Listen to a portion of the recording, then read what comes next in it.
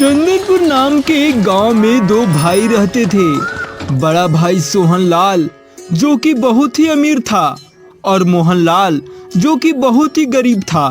मोहनलाल अपने ही खेत में दिन भर मजदूरी करता था और सोहनलाल अमीर के साथ साथ बहुत ही कंजूस था।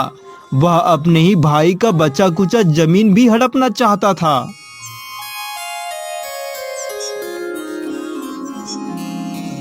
पिताजी, ओ पिताजी, मैं परीक्षा में अव्वल नंबर से पास हो गया हूँ।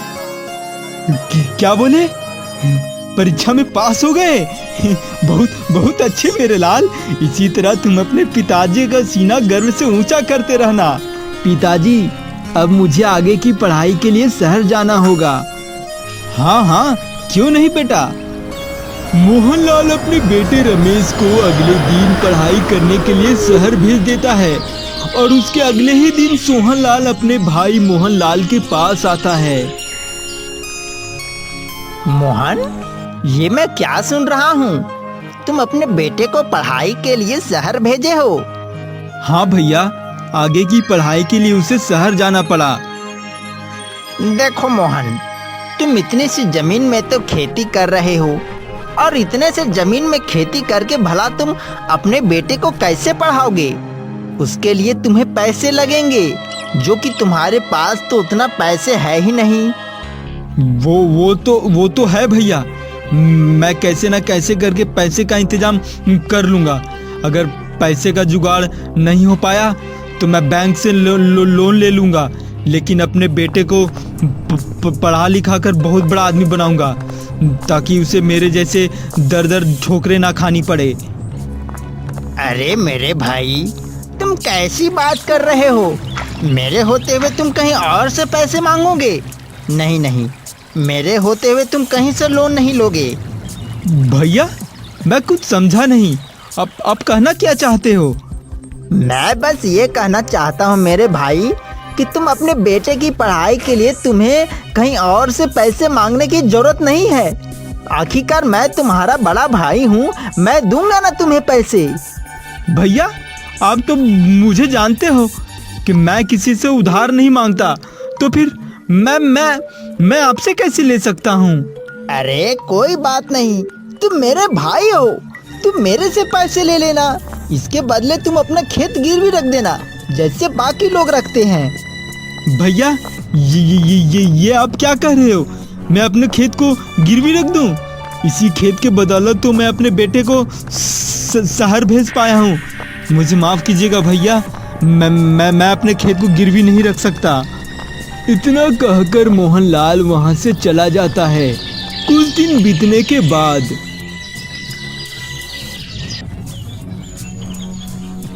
मुझे कैसे न कैसे करके उस मोहनलाल से जमीन तो लेनी ही पड़ेगी।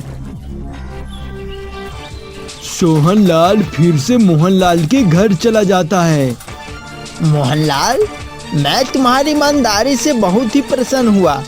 मैं तुम्हारा बड़ा भाई होने के नाते तुम्हारी मदद करना चाहता हूँ और इस बार तुम मेरी मदद को इनकार नहीं कर पाओगे। भैया, मैं कुछ समझा नहीं। अब कहना क्या चाहते हो?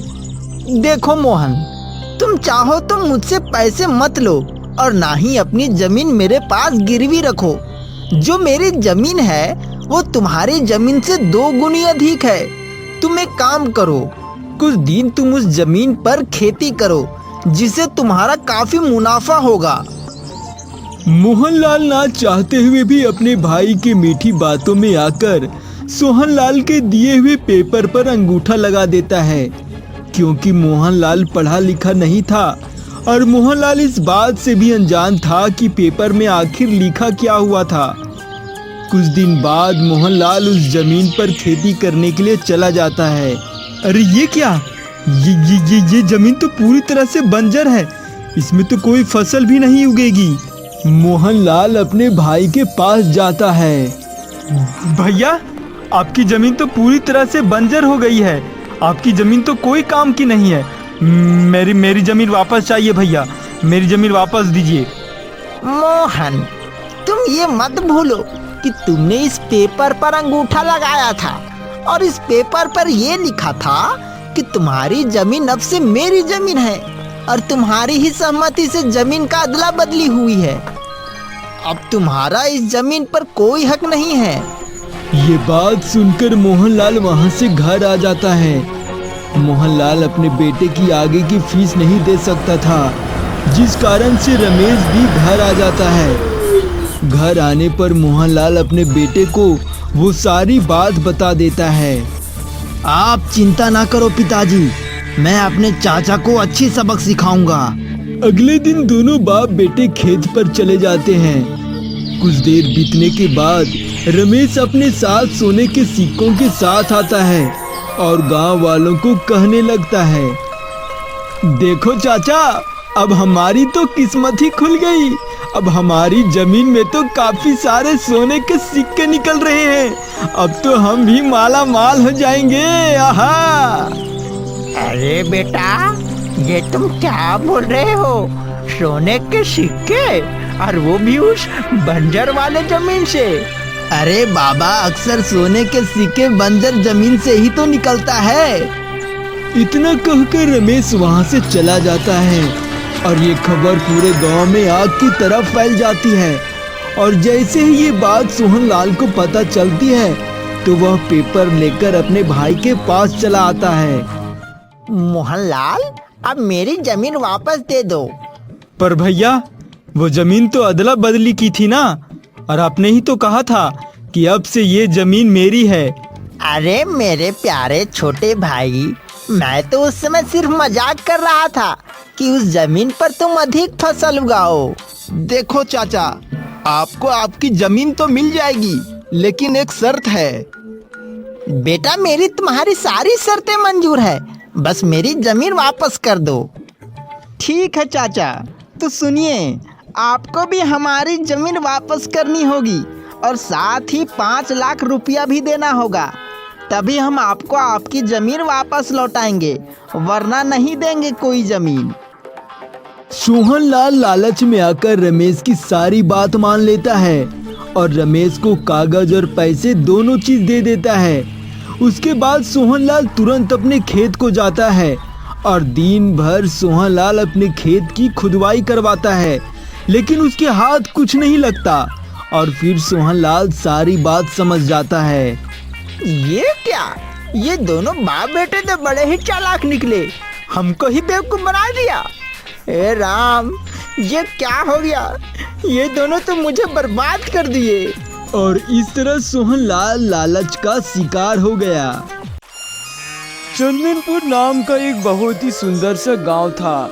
इस गांव में आए दिन किसी न किसी के घर में चोरी होता ही रहता था, और आज रमेश के घर चोरी होने की पूरी संभावना थी, क्योंकि रमेश की शादी को ज्यादा दिन भी नहीं हुआ था। अरे ओ भाग्यवान, सुनती हो? मैं कब से हाथ मुंह धोकर खाना खाने के लिए बैठा हूँ, आखिर कब तक खाना लगाओगी? लाती हूँ जी, बस हो ही गया। दोनों लोग खाना खाने लगते हैं। इसी बीच सीमा कुछ बोलती है। अच्छा जी, एक बात पूछूं? हाँ हाँ, पूछो। सुना है आपके गांव में चोरी होती है। होती तो है, लेकिन अब मैं इसमें क्या ही कर सकता हूँ। सही कह रहे हो जी, इसमें आप क्या ही कर सकते हो। काफी रात हो जाती है। दोनों खाना खाने के बाद सो जाते हैं और इधर सोनू और मोनू, दो चोर, आपस में कुछ प्लानिंग बना रहे होते हैं। यार मोनू, आज किसके यहाँ चोरी करने चले? मुझे तो लगता है आज हमें रमेश के घर चोरी करनी चाहिए, क्योंकि उसका भी नया नया ही तो शादी हुआ है और उसके पास अभी मोटा पैसा भी होगा और दहेज में मिले सोने चांदी भी तो होंगे, हैं? तो क्या कहते हो सोनू, चला जाए? हाँ यार मोनू, तू सही कह रहा है, चलो चलते हैं।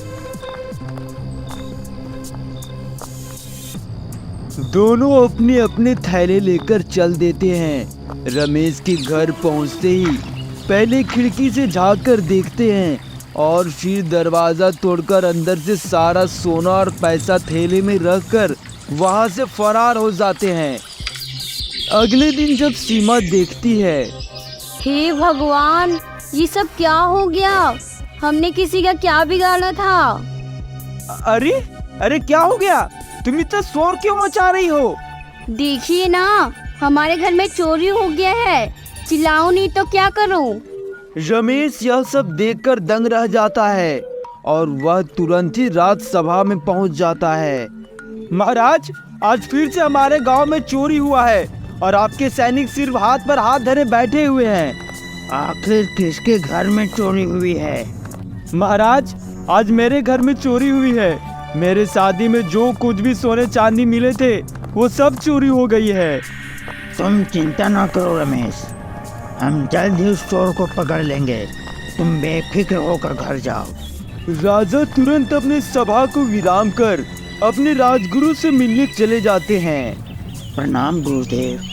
कल्याण हो राजन, कहो कैसे आना हुआ? गुरुदेव, आज हमारा राज्य बहुत ही खतरे में है।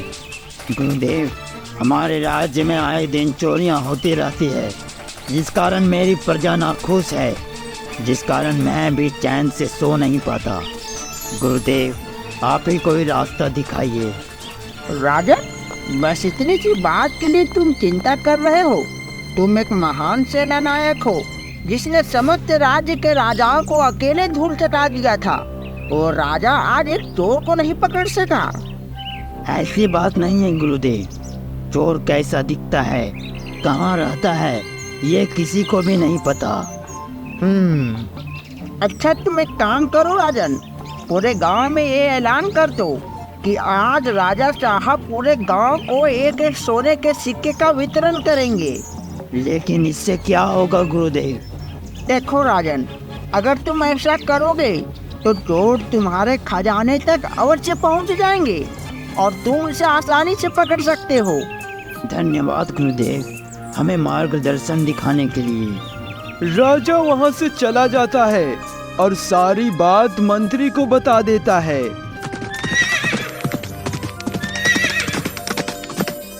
सुनो सुनो सुनो, आज राजा साहब खुश होकर आज रात 8 बजे पूरे गांव वालों को एक एक सोने के सिक्के का वितरण करेंगे। सुनो सुनो सुनो। ये बात सोनू और मोनू के कानों तक पहुंच जाती है। क्या भाई सोनू, यह अच्छा मौका रहेगा। कैसा मौका मोनू? मैं कुछ समझा नहीं।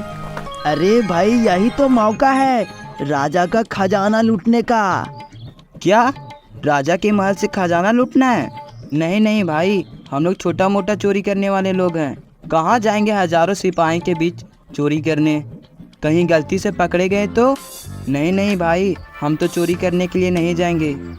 देख भाई, इससे अच्छा मौका कभी नहीं मिलेगा, क्योंकि राजा के सभी सिपाही गांव वालों को सिक्का वितरण करने में लगे रहेंगे और हम आसानी से चोरी भी कर पाएंगे। बस ये पहली और आखिरी चोरी रहेगी, बस नाम मत करना भाई। ठीक है, लेकिन आखिरी चोरी रहेगी, बता दे रहा मोनू। रात का समय हो चुका था। सभी गांव वाले राजा के महल पहुंच चुके थे और राजा सोने के सिक्के का वितरण कर रहे थे।